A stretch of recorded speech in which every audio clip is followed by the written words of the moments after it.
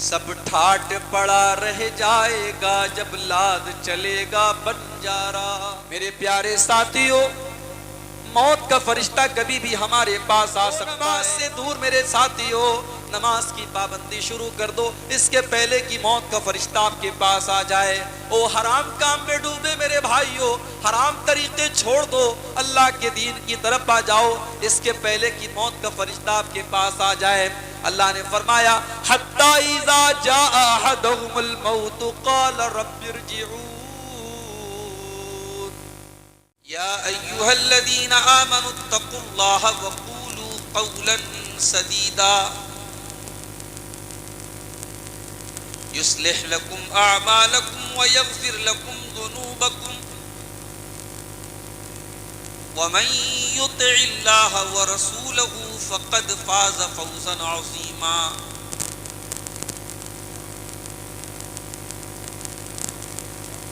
أما بعد فإن خير الحديث كتاب الله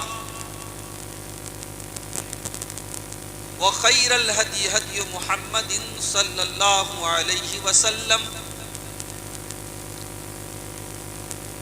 وشر الأمور محدثاتها وكل محدثة بدعة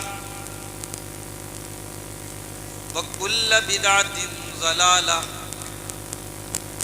وكل ضلالة في النار۔ اعوذ باللہ من الشیطان الرجیم، بسم اللہ الرحمن الرحیم۔ ظہر الفساد فی البر والبحر بما کسبت ایدی الناس لیذیقہم بعض الذی عملوا لعلہم یرجعون۔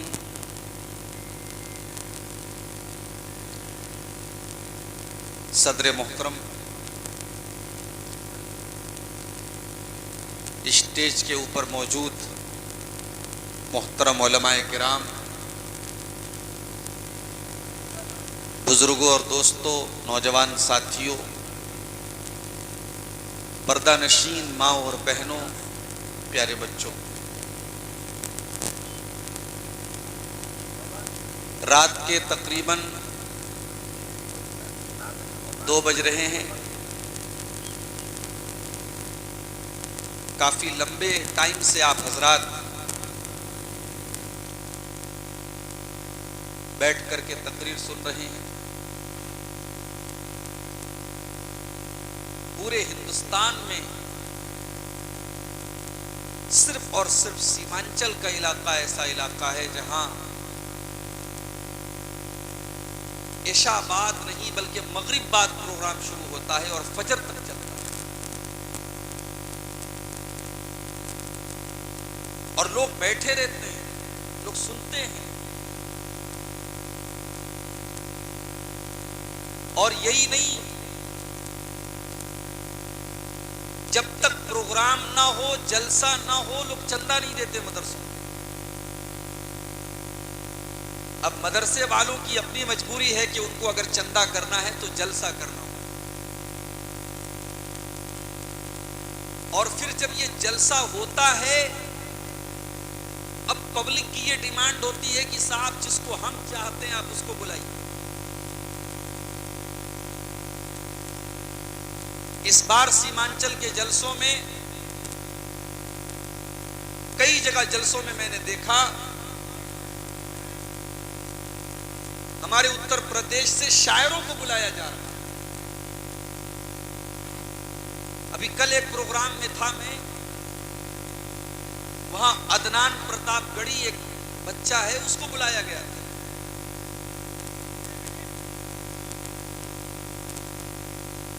کسی پروگرام میں بجنور یو پی سے ایک بچے کو جس کا نام حمزہ ہے، امیر حمزہ، اس کو بلانے کی بات ہو رہی ہے۔ میں نے پوچھا کہ بھائی یہ جلسہ ہے، دینی پروگرام ہے، اس میں آپ شاعروں کو کیوں بلا رہے ہیں؟ تو جواب ملا کہ صاحب پبلک کی ڈیمانڈ۔ یعنی حالات یہ ہیں کہ اگر کل پبلک یہ کہے گی کہ ہمیں جلسے میں سلمان خان چاہیے تو آپ کو سلمان خان کو بلانا پڑے گا. پبلک اگر یہ کہے گی کہ ہمیں تقریر نہیں سننا ہے, ہمیں گانا سننا ہے, ہمیں ناچ دیکھنا ہے, تو کیا کل ناچنے والے اور ناچنے والیوں کو بلایا جائے؟ میرے بھائیوں, میں بڑے ادب کے ساتھ آپ سے یہ بات کہہ رہا ہوں کہ جلسوں کو انٹرٹینمنٹ کا ذریعہ مت بنا. یہ جلسے اگر آپ ٹھیک ہے, آپ کا ایک سسٹم ہے, آپ کو مدرسے کا چندہ کرنے کے لیے جلسہ کرنا ہے اور آپ بغیر جلسے کے چندہ نہیں دیں گے, اچھی بات ہے, آپ جلسہ کرائیے. مگر جلسے اور تقریر میں اور لیلا مجنوں کی کہانی میں فرق ہونا چاہیے. آپ تقریر کے نام پر انٹرٹینمنٹ اگر سننا چاہتے ہیں تو پھر اس کا نام جلسہ بند کر دیجئے, اس کا نام آپ ڈرامہ رکھ لیجئے, اس کا نام مووی رکھ دیجئے, فلم رکھ دیجئے. تقریر کا نام مت دیجئے, جلسے کا نام مت دیجئے.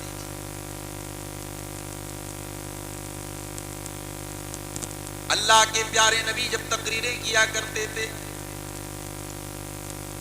آپ کی تقریروں میں نہ تو چٹکلے ہوتے تھے, نہ تو لطیفے ہوتے تھے, نہ ہنسی مذاق ہوتا تھا, نہ کہانی قصے ہوتے تھے. حضرت ارباز بن ساریہ رضی اللہ تعالیٰ عنہ حدیث کے راوی ہیں,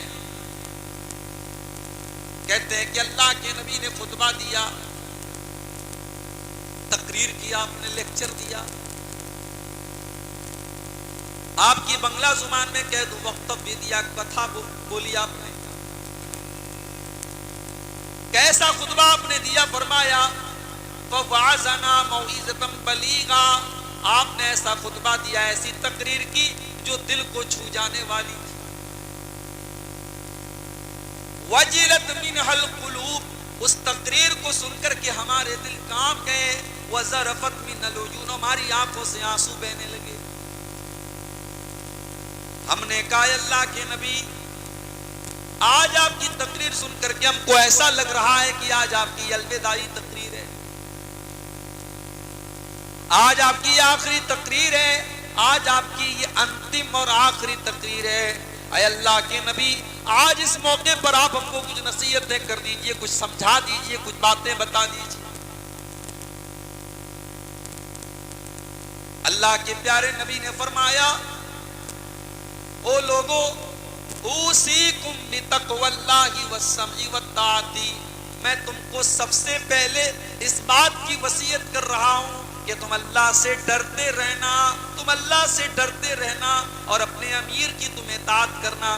جس کو تمہارا امیر بنا دیا جائے, جس کو تمہارا سردار بنا دیا جائے, جس کو تمہارا امام بنا دیا جائے, تم اس کی اطاعت کرتے رہنا, اپنے امیر کی تم بات ماننا. کسی حبشی غلام کو بھی اگر تمہارا امیر بنا دیا جائے تم اس کی بات ماننا, نافرمانی مت کرنا. وَمَن يَعِشْ مِنكُم بَعْدِي فَسَيَرَى اخْتِلَافًا كَثِيرًا. اور اگر تم میرے بعد زندہ رہو گے تو بہت اختلاف دیکھو گے. فَعَلَيْكُمْ بِسُنَّتِي وَسُنَّتِ الْخُلَفَاءِ الرَّاشِدِينَ. تو تم میری سنت کے اوپر عمل کرتے رہنا. اللہ کے نبی کی تقریریں ہوتی تھی, دلوں کو چھو جاتی تھی. میرے پیارے سے آج سیمانچل کے جلسوں کو ہم نے انٹرٹینمنٹ کا اور منورنجن کا سادھن بنا دیا ہے. ہمیں اور آپ کو اس پر بڑے درد کے ساتھ غور کرنے کی ضرورت ہے. آج میری تقریر کا جو عنوان ہے, میں 3 باتیں آپ کے سامنے بیان کروں. پہلی بات, گناہ کس کو کہتے ہیں. دوسری بات, گناہ کا نقصان کیا ہے. اور تیسری بات, گناہ سے بچنے کا طریقہ کیا ہے.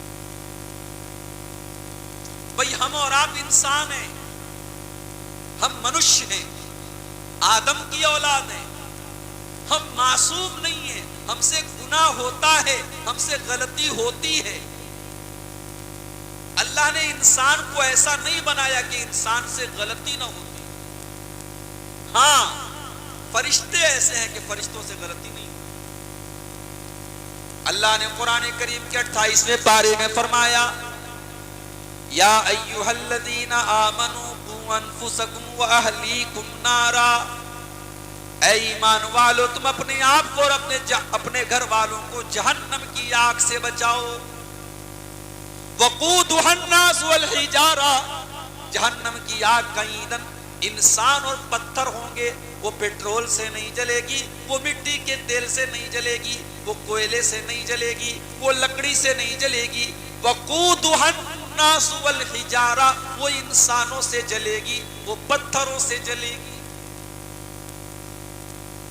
اس جہنم کے چوکیدار کیسے ہوں گے؟ اس جہنم کی نگرانی کرنے والے کیسے ہوں گے؟ فرمایا علیہا ملائکۃ غلاظ شداد لا یعصون اللہ ما امرہم، اس جہنم کے چوکیدار ایسے فرشتے ہوں گے جو اللہ کی کبھی نافرمانی نہیں کرتے۔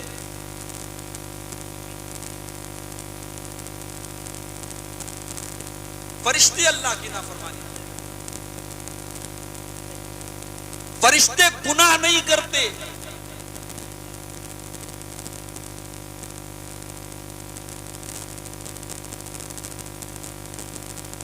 ایک تو پہلے ہی جو ہے یہاں کے لوگوں نے بتایا کہ پہلی بار یہاں جلسہ ہو رہا ہے۔ اب ظاہر ہے پہلی بار جب کوئی کام ہوتا ہے تو بہت ساری بھول چوک بھی ہوتی ہے، بہت ساری کمی بھی ہوتی ہے۔ اللہ معاف کرے اور ہم سب کو اپنی کمیوں کو سدھارنے کی توفیق دے۔ لیکن میرے بھائیوں آپ غور کیجئے کہ اللہ تبارک و تعالیٰ نے ہمیں اور آپ کو انسان بنایا، انسان بنایا۔ اپنی ساری مخلوقات میں سب سے خوبصورت اللہ تبارک و تعالیٰ نے ہمیں اور آپ کو بنایا۔ انسان سے خوبصورت کوئی مخلوق نہیں ہے۔ والتین والزیتون وطور سینین وہذا البلد الامین لقد خلقنا الانسان فی احسن تقویم، اے انسان ہم نے تجھ کو سب سے خوبصورت بنایا، سب سے سندر بنایا، سب سے پیارا بنایا، تجھ سے پیارا ہم نے کسی اور مخلوق کو نہیں بنایا۔ یا ایھا الانسان ما غرک بربک الکریم الذی خلقک فسواک فعدلک فی ای صورت ما شاء رکبک، اے انسان تو اپنے پروردگار کو کیسے بھول گیا، تو اپنے رب کو کیسے بھول گیا جس اللہ نے تجھے اتنا پیارا انسان بنایا، تجھے جیتا جاگتا انسان بنایا، تیری خوبصورت شکل بنائی، تیرے دو کان بنائے، تیری دو آنکھیں بنائی، تیرا خوبصورت چہرہ بنایا۔ جب تو ماں کے پیٹ سے پیدا ہوا اللہ نے تیرے شریر کو سڈول بنایا، تیرے شریر کے اندر کوئی کمی نہیں رکھی۔ اللہ نے ہمیں اور آپ کو انسان بنایا۔ اب جب ہم انسان ہیں، ہم آدم کی اولاد ہیں، تو ہم سے غلطی بھی ہوتی ہے، ہم سے گناہ بھی ہوتا ہے، اس لیے کہ ہمارے باپ آدم سے بھی غلطی ہوئی۔ جب اللہ تعالیٰ نے آدم علیہ السلام کو بنایا اور حضرت آدم اور حوا سے کہا کہ تم دونوں جنت میں رہنا اور جو چاہے کھا لینا، جو چاہے تم پی لینا، لیکن اللہ تعالیٰ نے ایک درخت کو خاص کر دیا، ایک پیڑ کو خاص کر دیا کہ تم اس پیڑ کے قریب نہ جانا، اس درخت کے قریب تم نہ جانا۔ لا تقربا هذه الشجرہ، اے آدم اے حوا تم جنت کی تمام نعمتوں سے فائدہ اٹھا سکتے ہو مگر تم اس پیڑ کے قریب نہ جانا، فتکونا من الظالمین، ورنہ تم ظالم ہو جاؤ گے۔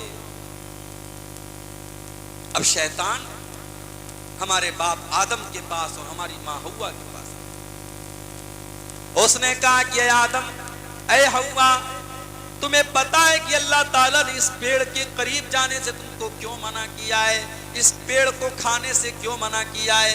اے آدم اگر تم اس پیڑ کو کھا لو گے، اس کے پھل کو تم کھا لو گے تو تم ہمیشہ ہمیشہ کے لیے جنت میں رہو گے اور تم فرشتے بن جاؤ گے۔ حالانکہ آدم علیہ السلام کو اللہ تعالیٰ نے فرشتوں سے بھی افضل بنایا تھا، فرشتوں کو حکم دیا تھا کہ ان کو سجدہ کرو، مگر ابلیس اور شیطان جب ہمارے باپ آدم کے دماغ کو بھی گھما سکتا ہے تو ہم اور آپ کی کیا حیثیت ہے میرے بھائی؟ اس نے کہا ہے آدم اس پیڑ کو تم کھا لو ہمیشہ تم جنت میں رہو گے اور تم فرشتے بن جاؤ. اور جانتے ہو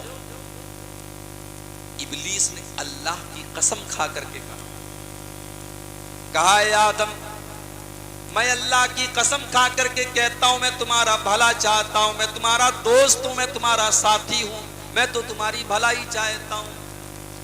قرآن کہتا ہے فَدَلَّهُمَا بِغُرُورٍ جب آدم اور حوا کے سامنے شیطان نے اللہ کی قسم کھا لی تو دونوں دھوکہ کھا گئے. جو اللہ والے ہوتے ہیں وہ اللہ کے نام پر دھوکہ بہت جلدی کھا لیتے ہیں. اللہ والوں کو اللہ کے نام پر بیوقوف بنانا بہت آسان ہوتا ہے. فَدَلَّهُمَا بِغُرُورٍ آدم اور حوا کو شیطان نے اپنے شیشے میں اتار لیا, دونوں نے اس درخت کے پھل کو کھا لیا. فَلَمَّا ذَاقَ الشَّجَرَةَ جب آدم اور حوا نے اس پیڑ کو کھا لیا بدت لہما سوآتہما تو دونوں ننگے ہو گئے, دونوں کی شرمگاہیں نظر آنے لگی, دونوں کا ستر نظر آنے لگا, دونوں کے بدن سے کپڑے اتر گئے. دیکھو گناہ کتنی خطرناک چیز ہے, اللہ کی نافرمانی کتنی خطرناک چیز ہوتی ہے کہ جیسے ہی آدم اور حوا نے اس درخت کو کھایا ان کے بدن سے کپڑے اتر گئے اور دونوں ننگے ہوئے. فَاتَّفِقَا يَقْصِفَانِ عَلَيْهِمَا مِنْ وَرَقِ الْجَنَّةِ لیکن آدم علیہ السلام کو یہ اچھا نہیں لگ رہا تھا میں ننگا رہوں, حضرت حوا کو یہ اچھا نہیں لگ رہا تھا میں ننگی رہوں. ان دونوں نے جنت کے پتوں کو توڑ توڑ کر کے اپنے آپ کو ڈھانکنا شروع کر دیا. پتہ یہ چلا کہ آدم اور حوا نے اپنی اولاد کو یہ پیغام دیا کہ تم ننگے مت رہنا, ننگے رہنا یہ انسان کی پہچان نہیں ہے, یہ جانور کی پہچان ہے. اور آج کے دور میں ننگے رہنا یہ ترقی کی پہچان ہے. جو عورت جتنی ننگی رہتی ہے اس کو اتنا ترقی یافتہ, اتنا ماڈرن اور اتنا فیشنیبل مانا جاتا ہے. آج بڑے بڑے مقابلے ہوتے ہیں, دنیا کے خوبصورتی کے مقابلے ہوتے ہیں اور عورتوں کے بدن سے کپڑے نوچے جاتے ہیں, ان کو ننگا کیا جاتا ہے اور دنیا کو یہ بتایا جاتا ہے کہ جو عورت جتنی ننگی ہوگی اتنی وہ ترقی کرے گی. میرے پیارے ساتھیوں, ہمارے باپ آدم اور ہماری ماں حوا ان کی جو اولاد ہیں, جو انسان ہیں, انہوں نے اپنی اولاد کو یہ پیغام دیا کہ ننگا رہنا یہ انسانیت نہیں ہے, تو حیوانیت ہے. جو انسان ہوگا وہ ننگا نہیں رہے گا, وہ اپنے ستر کو چھپائے گا, اپنی شرمگاہ کو چھپائے گا. حضرت آدم اور حوا نے جنت کے پتوں کو توڑ توڑ کر کے اپنے ستر کو ڈھانپنا شروع کر دیا. اللہ نے فرمایا الم انہکما ان تلکما الشجرتی, اے آدم کیا میں نے منع نہیں کیا تھا, اے حوا کیا میں نے منع نہیں کیا تھا, میں نے تم کو بتایا تھا کہ تم اس پیڑ کے قریب نہ جانا, پھر بھی تم نے اس درخت کو کھا لیا. اب ہمارے باپ آدم نے اور ہماری ماں حوا نے اللہ کی بارگاہ میں توبہ کی. کیا توبہ کی؟ ایک کتاب آتی ہے فضائل اعمال, نام سنا ہے آپ نے فضائل اعمال کا؟ ہمارے بہت سارے بھائیوں کے یہاں فضائل اعمال کو باقاعدہ درس کے طور پر مسجدوں میں پڑھا جاتا ہے. قرآن پڑھنا اتنا ثواب کا کام نہیں ہے جتنے ثواب کا کام فضائل اعمال. فضائل اعمال کے اندر یہ لکھا ہوا ہے کہ جب حضرت آدم اور حضرت حوا سے غلطی ہوئی تو وہ دونوں پریشان ہو گئے کہ ہم اللہ سے کیسے معافی مانگے, کیسے دعا کریں. تو ان دونوں نے اللہ کے یہاں لوح محفوظ پر دیکھا لا الہ الا اللہ اور محمد الرسول اللہ لکھا ہوا ہے. وہ سمجھ گئے کہ محمد الرسول اللہ جب لکھا ہوا ہے اس کا مطلب کہ یہ کوئی بہت بڑی ہستی ہے. انہوں نے اللہ کے رسول کے وسیلے سے دعا مانگی اور ان کی دعا قبول ہو گئی. اور جب انہوں نے اللہ سے یہ کہا کہ اللہ تو محمد کے وسیلے سے ہماری توبہ کو قبول فرما لے, اللہ نے ان کی توبہ کو قبول کر لیا. کہاں لکھا ہوا ہے؟ فضائل اعمال میں. لیکن میرے پیارے ساتھیوں، قرآن کیا کہتا ہے؟ قرآن یہ کہتا ہے کہ آدم اور حوا نے اللہ کی بارگاہ میں یہ دعا کی، ربنا ظلمنا انفسنا وَإِن لَّمْ تَغْفِرْ لَنَا وَتَرْحَمْنَا لَنَكُونَنَّ مِنَ الْخَاسِرِينَ۔ اے اللہ، اے ہمارے پروردگار، ہم نے یہ گناہ کر کے، ہم نے یہ خطا کر کے، ہم نے یہ غلطی کر کے اپنی جان کے اوپر ظلم کیا ہے، ہم نے اپنے اوپر اتیاچار کیا ہے۔ وَإِن لَّمْ تَغْفِرْ لَنَا، اور اگر تو نے ہم کو معاف نہیں کیا، وَتَرْحَمْنَا، اور اگر تو نے ہم پر رحم نہیں کیا، لَنَكُونَنَّ مِنَ الْخَاسِرِينَ، تو اے اللہ ہم بہت بڑے نقصان اٹھانے والوں میں سے ہو جائیں گے، ہم بہت بڑے خسارہ اٹھانے والوں میں سے ہو جائیں گے۔ قرآن تو یہ دعا بتا رہا ہے، اور فضائل اعمال کے اندر کیا لکھا ہے کہ اللہ کے پیارے نبی کے وسیلے سے دعا مانگی گئی۔ اس کا مطلب یہ ہوا کہ وہ رانگ نمبر ہے، وہ غلط نمبر ہے، اور صحیح بات وہ ہے جو قرآن بیان کر رہا ہے کہ حضرت آدم اور حضرت حوا نے اللہ کی بارگاہ میں یہ دعا کی اور اپنی غلطی کا اقرار کیا، اور اللہ سے دعا کی کہ اللہ ہم نے اپنی جان پر ظلم کیا ہے، اور تو نے اگر معاف نہیں کیا تو ہم کہاں جائیں گے۔ اللہ نے دونوں کی توبہ کو قبول کیا۔ ایک طرف حضرت آدم سے غلطی ہوئی، انہوں نے توبہ کی، انہوں نے اللہ سے معافی مانگی، اور جب ابلیس سے غلطی ہوئی، ابلیس نے جب گناہ کیا، ابلیس نے جب اللہ کے حکم کے باوجود حضرت آدم کو سجدہ نہیں کیا، اور اللہ نے پوچھا کہ تو نے آدم کو سجدہ کیوں نہیں کیا، تو ابلیس نے معافی نہیں مانگی، ابلیس نے توبہ نہیں کی۔ ابلیس نے کیا کہا؟ انا خیر منہ، قال انا خیر منہ خلقتنی من نار وخلقتہ من طین۔ ابلیس نے کہا اے اللہ میں آدم کو سجدہ نہیں کر سکتا، میں تو آدم سے بہتر ہوں، آدم کو تو نے مٹی سے پیدا کیا ہے، مجھے آگ سے پیدا کیا ہے، آگ سے پیدا ہونے والی چیز مٹی سے پیدا ہونے والی چیز کو سجدہ کیوں کرے گی؟ اے اللہ میں آدم کو سجدہ نہیں کر سکتا۔ اللہ نے فرمایا ما لک ان تتکبر فیہا، تو تکبر کر رہا ہے، تو اہنکار کر رہا ہے، تو گھمنڈ کر رہا ہے، تو جنت میں رہ کر کے تکبر نہیں کر سکتا، تو اللہ کی بارگاہ میں رہ کر کے تکبر نہیں کر سکتا۔ فخرج منہا، تو نکل جا ہماری بارگاہ سے، تو نکل جا جنت سے۔ اللہ نے ابلیس کو جنت سے نکال دیا، اور قیامت تک کے لیے ابلیس کو شیطان بنا دیا، لعنتی بنا دیا۔ تو گناہ شیطان نے بھی کیا، اور غلطی آدم سے بھی ہوئی، مگر شیطان اپنے گناہ کے اوپر ڈٹا رہا اور آدم نے توبہ کی۔ تو ہم آدم کی اولاد ہیں میرے بھائیوں، ہمیں توبہ کرنی چاہیے، ہمیں اللہ سے معافی مانگنی چاہیے۔ اسی لیے اللہ کے پیارے نبی فرماتے ہیں کل بنی آدم خطاء، تمام آدم کی اولاد غلطی کرتی ہے، آدم کی تمام اولاد سے غلطی ہوتی ہے۔ وَخَيْرُ الْخَطَّائِينَ التَّوَّابُونَ، اور آدم کی سب سے بہترین اولاد وہ ہے جو توبہ کر لے، جو اللہ سے معافی مانگ لے۔ او میرے نوجوان ساتھیوں، رات کو 2-2 بجے تک موبائل میں لگے رہنے والے میرے بھائیوں، میری نوجوان بہنوں، موبائل کے اوپر لگی رہنے والی میری بہنوں میرے بھائیوں، اللہ کی بارگاہ میں توبہ کیا کرو۔ کچھ ایسا ٹائم فکس کر لو، کچھ ایسا وقت اللہ کی بارگاہ میں نکالو جب ہم ہوں اور اللہ کی ذات ہو اور ہماری آنکھوں سے آنسو نکل رہے ہوں، ہم اللہ کی بارگاہ میں اللہ سے معافی مانگیں۔ اگر ہم سچے دل سے معافی مانگیں گے اللہ معاف کر دے گا۔ کہتے ہیں نا صبح کا بھولا شام کو لوٹ آئے تو اسے بھولا نہیں کہتے۔ اللہ کی بارگاہ میں جو سچی توبہ کر لے اللہ اس کی توبہ کو فوراً قبول کر لیتا ہے۔ اللہ کے پیارے نبی فرماتے ہیں التائب من الذنب کمن لا ذنب لہ، جو گناہ سے توبہ کر لیتا ہے، جو اللہ سے معافی مانگ لیتا ہے، وہ اس کی طرح ہو جاتا ہے جس نے کبھی گناہ ہی نہیں کیا۔ کل تک شراب پیتا تھا، کل تک زنا کرتا تھا، کل تک حرام کھاتا تھا، آج اللہ سے سچی توبہ کر لیتا ہے، اللہ اس کو بالکل معاف کر دیتا ہے۔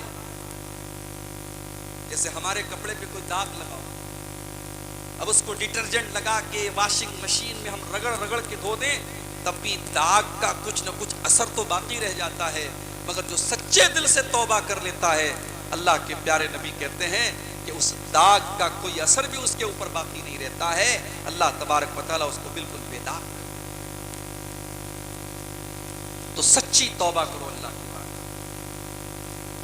اللہ نے فرمایا وَسَارِعُوا إِلَىٰ مَغْفِرَةٍ مِّن رَّبِّكُمْ، میرے بندو تم اللہ کی معافی، اللہ سے معافی مانگا کرو، اللہ سے بخشش مانگا کرو، اللہ سے استغفار کیا کرو۔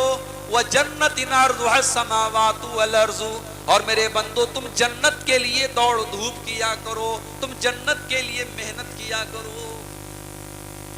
آج انسان اپنی روزی روٹی کے لیے کتنی محنت کرتا ہے، صبح سے لے کے شام تک انسان محنت کرتا ہے، خون پسینہ ایک کرتا ہے، کس کے لیے؟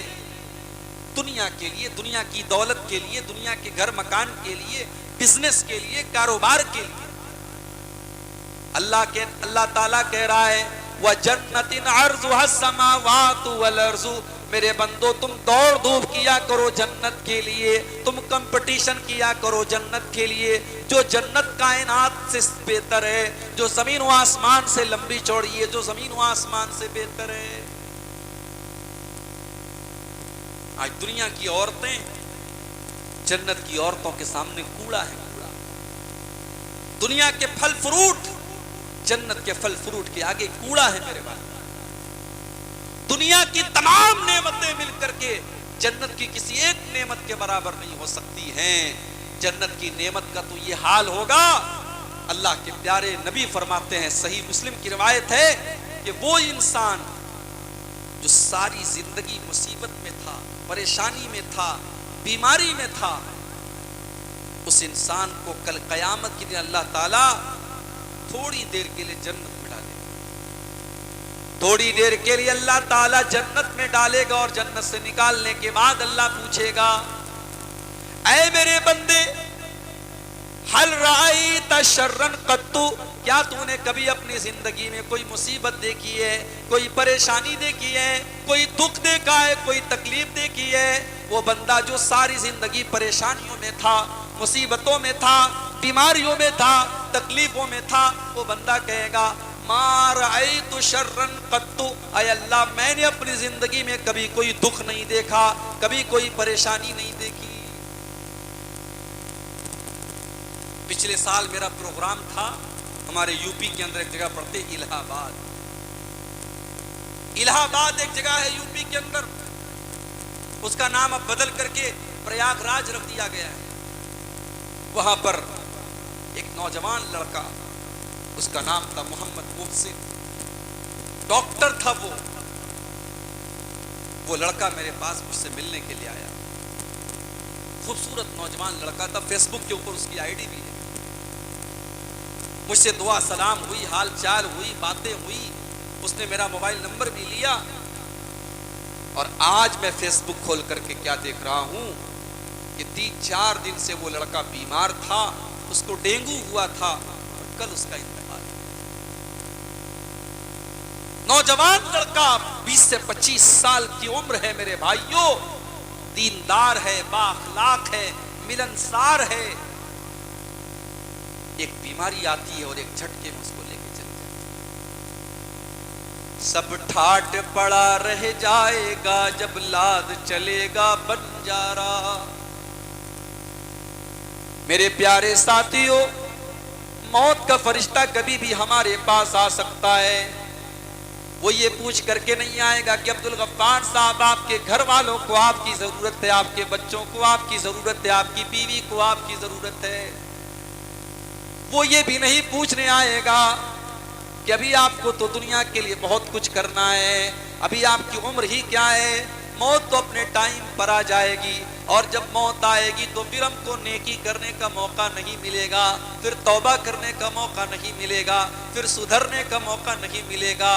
او نماز سے دور میرے ساتھیوں، نماز کی پابندی شروع کر دو اس کے پہلے کہ موت کا فرشتہ آپ کے پاس آ جائے۔ او حرام کام میں ڈوبے میرے بھائیوں، حرام طریقے چھوڑ دو، اللہ کے دین کی طرف آ جاؤ اس کے پہلے کہ موت کا فرشتہ آپ کے پاس آ جائے۔ اللہ نے فرمایا حتی اذا جاء احدهم الموت قال رب ارجعون، جب موت کا فرشتہ آتا ہے، جب موت کا ٹائم آتا ہے تو انسان یہ کہتا ہے کہ اے اللہ مجھے ایک چانس اور دے دے، ایک ٹائم اور دے، ایک بار دنیا میں اور بھیج دے۔ قال رب ارجعون، اے اللہ ایک موقع تو مجھے اور دے دے، اس لیے نہیں کہ مجھے اپنی لڑکی کی شادی کرنی ہے، اس لیے نہیں کہ مجھے اپنا مکان بنانا ہے، اس لیے نہیں کہ مجھے اپنا بزنس سیٹ اپ کرنا ہے، اس لیے نہیں کہ مجھے گورنمنٹ جاب کرنی ہے، لعلی اعمل صالحا، اے اللہ مجھے موت کا اندازہ نہیں تھا، میں نے ساری زندگی گناہ کیا ہے، میں نے نافرمانی کیا ہے، میں نے تجھ کو ناراض کیا ہے، اے اللہ تو ایک چانس اور مجھے دے دے، لعلی اعمل صالحا، میں وعدہ کرتا ہوں میں نیک عمل کروں گا، میں تجھے راضی کرنے والا عمل کروں گا، میں ایسا عمل کروں گا جس سے تو راضی ہو جائے۔ یہ کب کہے گا انسان؟ موت کو دیکھنے کے بعد کہے گا۔ اللہ فرمائے گا کلا، ایسا کبھی نہیں ہو سکتا، انہا کلمۃ ہوا قائلھا، اے میرے بندے یہ تو بس تیرے منہ سے نکلنے والی ایک بات ہے، تو آج کہہ رہا ہے، اگر ہم تجھے دوبارہ دنیا میں ڈال دیں گے پھر تو وہی کام کرے گا، یہ تو بس تو بات ہی بات کر رہا ہے۔ وَمِن وَرَائِهِمْ بَرْزَخٌ إِلَى يَوْمِ يُبْعَثُونَ، اور اے میرے بندے اب تیرے پاس موت کا ٹائم آ چکا ہے، اب تو تجھے برزخ میں جانا ہے، اب تو تجھے قبر میں جانا ہے، اب تجھے دنیا کی کوئی طاقت روک نہیں سکتی ہے۔ موت وہ چیز ہے میرے بھائی، آج تو ہم اور آپ اتنے کٹھور دل ہو چکے ہیں کہ قبروں کو دیکھ کر کے اور موت کو دیکھ کر کے بھی ہمارے رونگٹے کھڑے نہیں ہوتے، ہمیں موت یاد نہیں آتی۔ قبرستان میں بیٹھ کر کے لوگ جوا کھیلتے ہیں، قبرستان میں بیٹھ کر کے لوگ شراب پیتے ہیں، قبرستان میں بیٹھ کر کے لوگ حرام کام کرتے ہیں، اتنا سخت دل ہو چکا ہے انسان۔ ارے قبرستان تو وہ جگہ ہے جہاں پر ہمارے باپ دادا دفن ہیں، ہمارے مردے دفن ہیں، اور قبرستان وہ جگہ ہے جہاں دیکھ کر کے ہم کو موت یاد آنی چاہیے۔ اللہ کے نبی کہا کرتے تھے او لوگوں میں نے تم کو قبرستان جانے سے منع کیا تھا، میں نے تم کو قبروں کی زیارت سے منع کیا تھا، لیکن تم قبروں کی زیارت کیا کرو، تم قبرستان جایا کرو، فَإِنَّهَا تُذَكِّرُكُمُ الْآخِرَةَ، اس لیے کہ قبرستان جانے سے موت کی یاد آتی ہے، آخرت کی یاد آتی ہے۔ ابن ماجہ کی روایت ہے، ایک انصاری صحابی کا جنازہ ہے، جنازے کو قبر میں اتارا جا رہا ہے، اللہ کے نبی ایک سائیڈ میں بیٹھے ہوئے ہیں، آپ کے صحابہ بھی آپ کے ساتھ بیٹھے ہوئے ہیں، اللہ کے نبی بالکل خاموش ہیں، صحابہ بھی بالکل خاموش ہیں، اور جنازے کو قبر میں اتارا جا رہا ہے۔ اللہ کے نبی کی آنکھوں سے آنسو بہنے لگتے ہیں، اللہ کے نبی رونے لگتے ہیں، اور اتنا روتے ہیں حتی بلت سرا، آپ کے آنسوؤں سے وہاں کی زمین تر ہو جاتی ہے، وہاں کی زمین بھیگ جاتی ہے، اور آپ یہ فرماتے ہیں لِمِثْلِ هَذَا فَأَعِدُّوا يَا إِخْوَانِي، اے میرے صحابہ اس قبر میں تم کو جانا ہے، اس قبر کی تم تیاری کرو، یہاں تم سب کو آنا ہے، اس جگہ کی تم تیاری کر لو۔ قبر میں کیا کام آئے گا میرے بھائی؟ ہمارے بچے تو ہمارے کام نہیں آئے گے، ہماری بیوی تو ہمارے کام نہیں آئے گی، ہماری دولت ہمارا مال ہمارے کام نہیں آئے گا۔ وہاں اگر کام آئے گا ہمارے اعمال کام آئیں گے، ہماری نیکیاں کام آئیں گی، ہم نے اللہ کی بارگاہ میں اگر توبہ کیا ہے تو ہماری توبہ کام آئے گی۔ عثمان غنی رضی اللہ تعالیٰ عنہ جب کسی قبر کے پاس سے گزرتے تھے زارو قطار رونے لگتے تھے، آنکھوں سے آنسو بہنے لگتے تھے۔ کسی نے پوچھا اے عثمان غنی، جنت کی بات ہوتی ہے تو آپ روتے نہیں ہیں، جہنم کی بات آتی ہے تو آپ روتے نہیں ہیں، لیکن اب جب آپ کسی قبر کے پاس سے گزرتے ہیں تو رونے لگتے ہیں، کیا بات ہے؟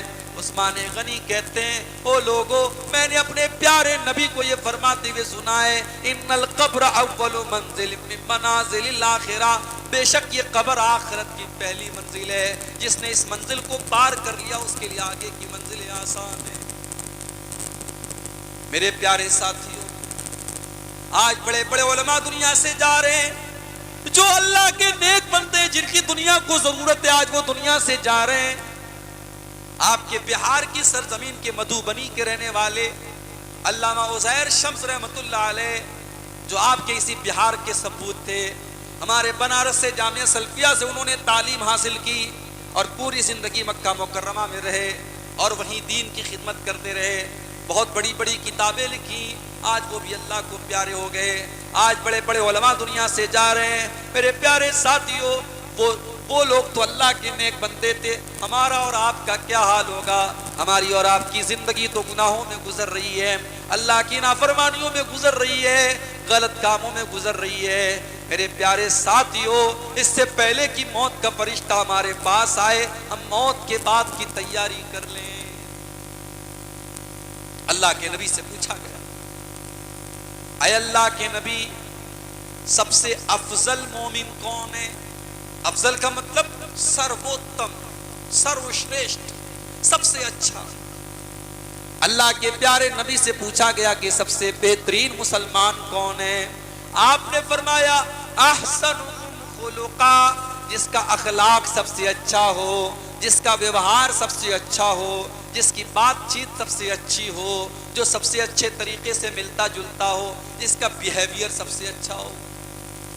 پھر پوچھا گیا وَأَيُّ الْمُؤْمِنِينَ أَكْيَسْ، اے اللہ کے نبی سب سے بدھیمان کون ہے؟ سب سے عقل مند کون ہے؟ سب سے چتر کون ہے؟ سب سے چالاک کون ہے؟ اللہ کے پیارے نبی نے فرمایا اکثرهم ذکرا للموت واستعدادا لما بعدہ، سب سے زیادہ موت کو یاد کرنے والا اور موت کے بعد کی زندگی کی تیاری کرنے والا۔ آج ہم موت کو یاد نہیں کرتے، وہ موت جو ہمیں ہمارا انجام یاد کرے۔